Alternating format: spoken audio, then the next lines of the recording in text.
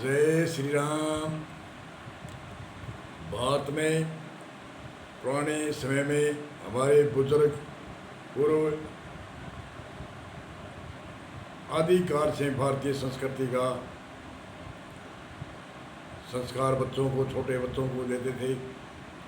छोटा बच्चा जब बोलने लगता है, बोलने से शुरू होने से बच्चे को संस्कारित भाषा सिखानी चाहिए। हमारे आयुर्वेद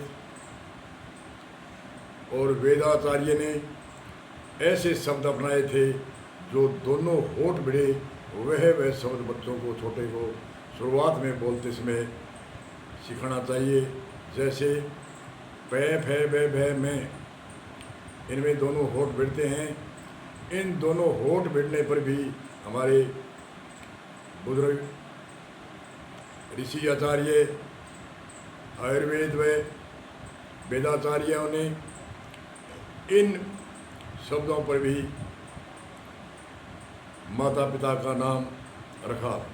जैसे माँ कहने पर दोनों होठ भिड़ते हैं, पिताजी कहने पर होठ भिड़ते हैं, मामा कहने पर होठ भिड़ते हैं, बाबा कहने पर होठ भिड़ते हैं। ऐसे ऐसे पै फै बै में लगभग शब्द है, ये दोनों होठ भिड़ते हैं। दोनों होठ भिड़ते हैं, उससे बच्चे की आवाज़ है वो अच्छी होती है, उनकी कंठ की गुंजार अच्छी होती है, उसकी बोलचाल की भाषा सुंदर होती है। इसलिए हमारे ऋषि मुनियों ने पै फै बै में बड़े नाम रखे थे। माताजी, पिताजी, मामा, बाबा आदि आदि नाम।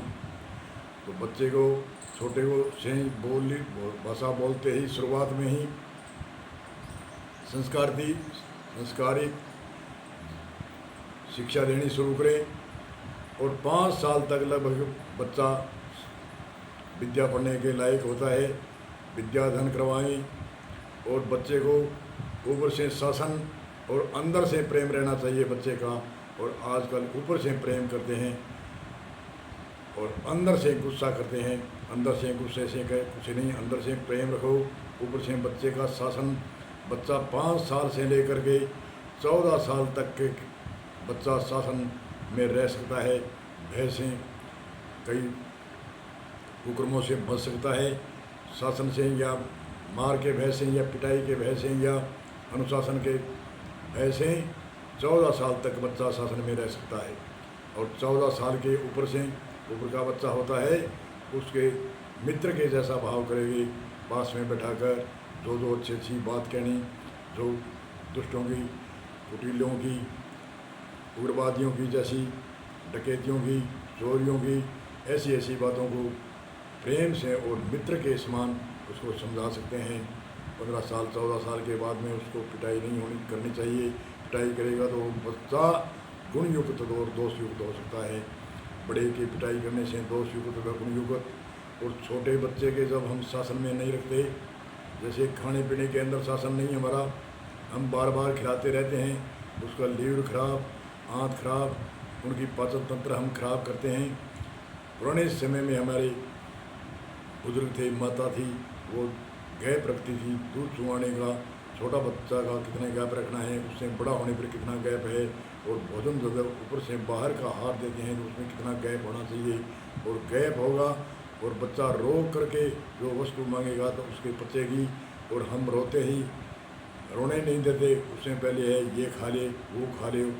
बार बार हम जो खिलाते हैं, ये हम 1-2 बच्चे हैं, इसलिए घर वाले बूढ़े बुजुर्ग कहते हैं तो उसकी मानते भी नहीं है। वो डरते भयभीत से कहते भी नहीं है, क्योंकि हम कहेंगे ये गुस्सा मानेंगे। और बार बार खिलाते रहते हैं। बार बार खिलाने से बच्चे का पाचन तंत्र खराब होता है। और जो भूख लगे उस समय अगर ये सूखी रोटी खाएगा, उसका रस समझेगा, उसका एक एक कण काम में आएगा।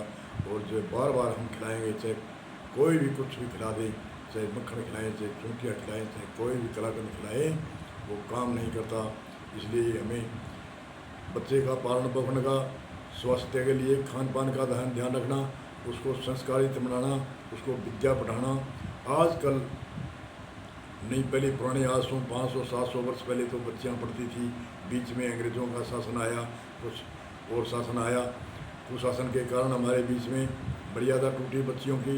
इसलिए अब बच्चियों का महत्व है, तो महत्व विद्या पढ़ने का तो महत्व ठीक है, आगे काम में जाने का महत्व ठीक है, पर जो आजकल जो डिग्रियां करा करके और बच्चियों की डिग्री कराते हैं, अनेक प्रकार की डिग्री कराई है हमने, इंग्लिश मीडियम में पढ़ाया, ऐसे पढ़ाया वैसे पढ़ाया, और जब आगे रिश्ता करने के लिए जाते हैं तो कहते हैं कि हमारी बच्ची है, ये तो एक तिनका भी नहीं उठाएगी, और हमारी बच्ची ने ये डिग्री करी है, वो डिग्री करी है, बीएड कर ली, एमएससी कर ली, वो डिग्रियाँ जितनी होती है वह डिग्रियाँ कर ली, या हमारी बच्ची नौकरी लग गई, ये काम कुछ भी नहीं करेगी। और आगे रिश्ते संबंधी होते हैं वो हाथ जोड़ते हैं, आजकल बच्चियों की कमी है कि अभी हमारे तो कोई काम है नहीं, उसको काम करो या ना करो। कहने का अर्थ है बच्चियों को एक अकेली अक्षर विद्या की या डिग्रियों की विद्या हम सिखाते हैं, उसको संस्कार ही विद्या सिखानी चाहिए, माता पिता की संस्कार, आगे सासू ससुर के संस्कार, समाज के संस्कार, परिवार के संस्कार, एक दूसरे के प्रेम भाव का संस्कार, एक दूसरे से दया का संस्कार, हर जीव मानव पर दया भाव का संस्कार आदि हमने सिखाते हैं। इसलिए आज हम देखने में देखते हैं जो शादी कराते हैं, शादी कराते ही उसके पहली बात तो उसके तलाकनामा जेब में ही रखते हैं कि कब हम तलाकनामा ले, ऐसे ऐसे हमें देखने सुनने को आज समाज में मिल रहा है। आज से 50-100 वर्ष पहले कोई तलाकनामा का नाम नहीं जानते थे, जो शादी जैसे हो गई उसको निभाते थे, और हमें संस्कार ऐसा देना चाहिए जिसकी शादी हो गई वो अपने दोनों आपस में मिलजुल कर बड़े प्रेम से, बड़े भाव से अपनी दोनों जोड़ी मिलजुल कर एक दूसरे का हाथ बनाए, एक दूसरे का काम करे। और आदमी तो बेचारा भागता दौड़ता हुआ घर की डिमांड के लिए भागता है, दौड़ता है, और वो कहते हैं हमारी बच्ची तो तिनका ही नहीं उठाएगी, वो भोजन भी नहीं बनाएगी, वो काम भी नहीं करेगी, झाड़ू पोछा भी नहीं करेगी, तो झाड़ू पोछा नहीं करेगी।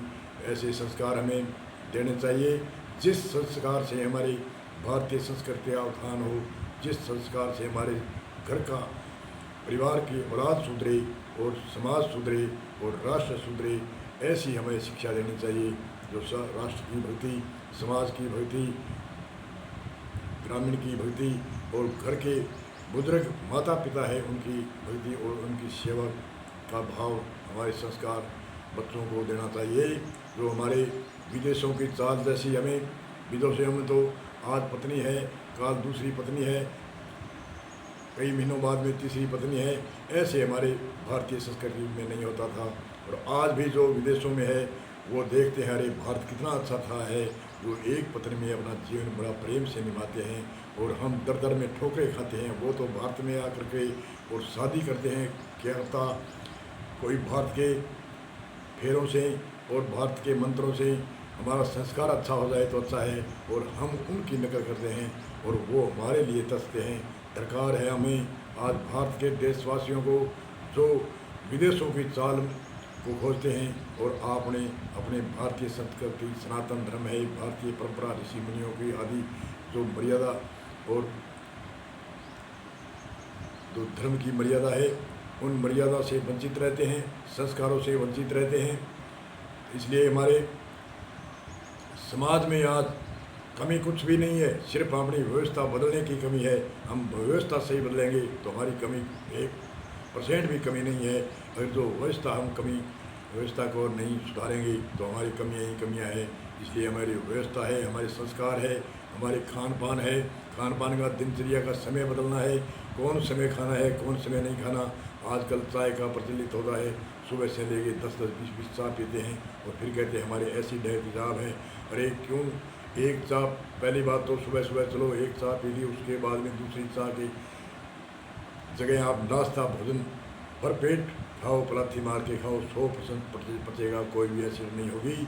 और सुबह खाना भरपेट और दोपहर खाना, और दोपहर के बाद में शाम को ऑटोमेटिकली भूख कम लगेगी। इसलिए शाम में को आयुर्वेद के आचार्य कहते हैं कि शाम को हल्का भोजन कम भोजन खाना चाहिए। और हम उल्टा करते हैं, शाम को ही सब कुछ खाते हैं, सलाद खाते हैं तो शाम को खाते हैं। भोजन भरपेट खाते हैं तो शाम को खाते हैं। यही तो गलती हुई है।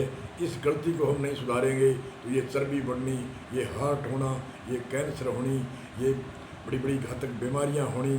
और दूसरी के जो हम अनाज खाते हैं, एक गेहूँ को पकड़ लिया, अरे एक गेहूँ नहीं, पुराने समय में हमारे मोटा अनाज खाते थे, जौ खाते थे, मक्का खाते थे, ज्वार खाते थे मिक्स करके।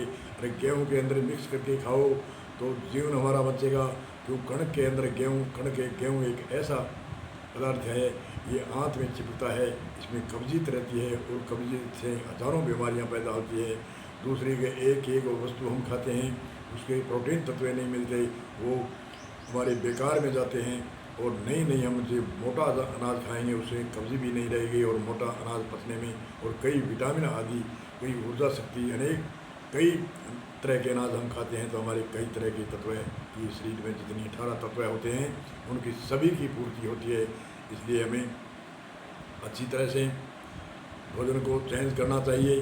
बड़ा अनाज, मोटा अनाज गेहूँ में मिलाकर, चनों की दाल मिलाओ, जौ मिलाओ, ज्वार मिलाओ, कुछ मक्का मिलाओ, कुछ बाजरी मिलाओ और मिक्स करके आटा पीस के आप खाओ।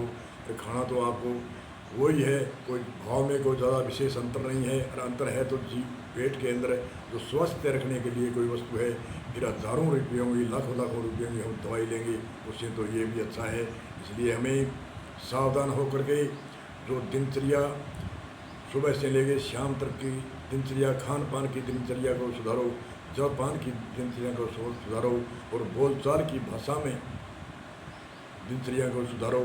सात्विक बोलना और राजसी तामसी का त्याग करना है। चिड़चिड़ापन है, गुस्सापन है, उनको त्याग करके उसको श्रद्धांजलि दे दो, जो हमारे घर में ही न रहे। तो सात्विक भाव से जो मनुष्य रहेगा उसकी ज़िंदगी में कभी हार्ट अटैक नहीं आएगा, उसको घातक मौत नहीं होगी। जो जैसे पुराने समय में प्राण पखेरु उड़ते थे, उसी तरह से बुढ़ापे में ही प्राण पखेरु अलग हो गए। तो इसलिए सावधान, आज की पीढ़ी को सावधान होना है, भावी पीढ़ी को सावधान होना है, वर्तमान पीढ़ी को सावधान होना है। बुजुर्ग है, बूढ़े हैं, उनको तो सावधान 2-4 साल के अंदर वे जाने वाले हैं, उनको सावधान हुए तो ठीक है, और न हुए तो राम नाम सत्य होने वाले हैं। जो भावी पीढ़ी है, जो वर्तमान पीढ़ी है, जो युवा पीढ़ी है, उनको ही सावधान होना है। बोलो सतगुरु भगवान की जय हो, जय हो।